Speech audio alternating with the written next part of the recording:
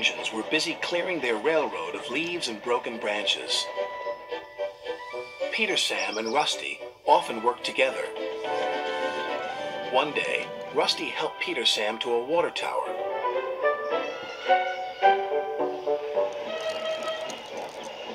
Peter Sam felt much better after his long drink, but the freight cars were bored. Let's break away.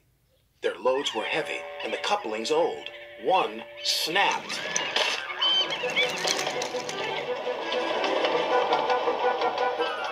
Faster, faster, shouted the freight cars. A sign read slow steep bends and ravine ahead, but the silly cars never saw it. Then, it was too late.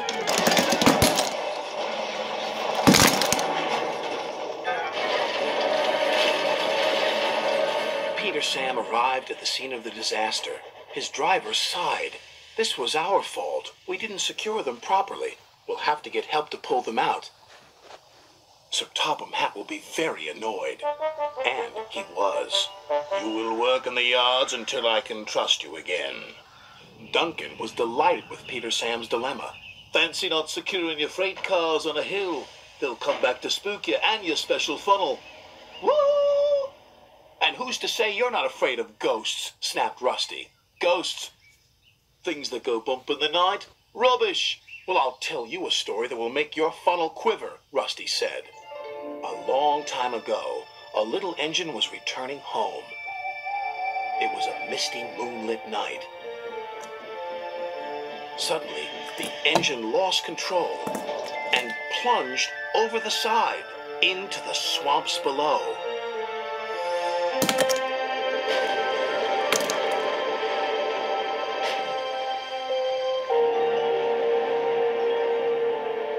He was never found again.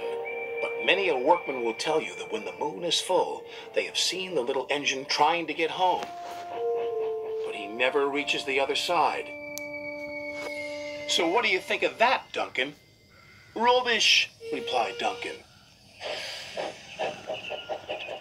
Never mind him, Peter Sam. He'd be frightened if he really saw a ghost. This gave Peter Sam's driver an idea. Let's play a trick on Duncan. The next day he spoke to Duncan's driver and fireman, who agreed. We'll do it tonight. Duncan had to take coal cars to the slate mines and then bring cars back. Duncan's driver decided as part of the plan to cross the old iron bridge. Halted bridge. Rubbish, snorted Duncan. It's as tame as a pet rabbit. But all the same, he kept thinking about Rusty's story. When dusk fell, he was keen to leave.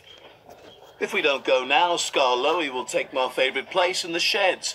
We have to collect our cars first, his driver replied. He could see their plan was working because Duncan was nervous. When night fell, they set off. The mists were rising around the old iron bridge.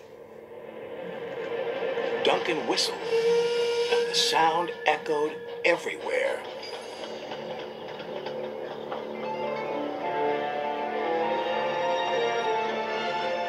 Then, ahead, he saw flickering lights. His driver knew they were only insects that shine brightly at night, but to Duncan they looked like an engine. Next, his driver secretly threw a rock from the cab into the ravine below.